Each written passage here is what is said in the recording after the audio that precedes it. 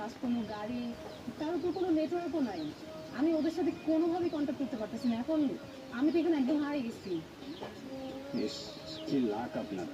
মানে মানে আমি গত 5 বছর ধরে হারানোর ট্রাই করতেছি, যেখানে চোখ যাচ্ছে সেখানে চলে যাচ্ছি, কিন্তু হারাইতে পারতেছি না। আর আপনি না চাইতেও পেয়ে গেলেন। কি বলতেছে এগুলা? আমি সিরিয়াস, তাহলে আমাকে একটু হেল্প করুন। আর আমার আজকে আবার ঢাকায় ব্যাক করতে হবে।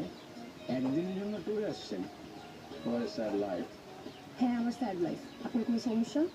না, আমার আবার কিসের সমস্যা? Now can you please help me? Yeah, sure. Tell me, how can I help?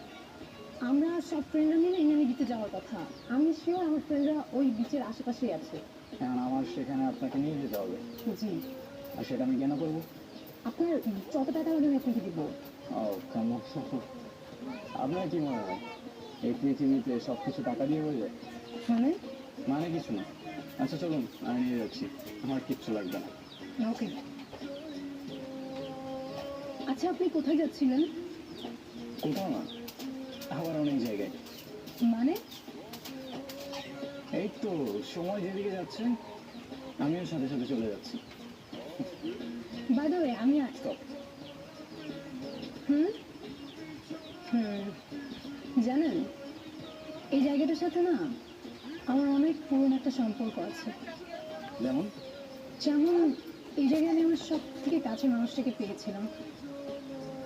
হারিয়ে ফেললেন কিভাবে? সে অনেক লং স্টোরি, পরে না হয় কখনো বলবো। আপনার স্টোরি, আপনার ইচ্ছা। কি, আমাকে দেখে কি বুঝেছিলেন? আরে না, কিছু না। আচ্ছা, আপনি কিন্তু আপনার স্টোরিটা বললেন না। সত্যি কথা বলতে স্টোরিটা শেয়ার করতে আসছি। সময়টা ছিল তখন, হ্যাঁ, আমি ক্লাস 8-9-এ পড়ি।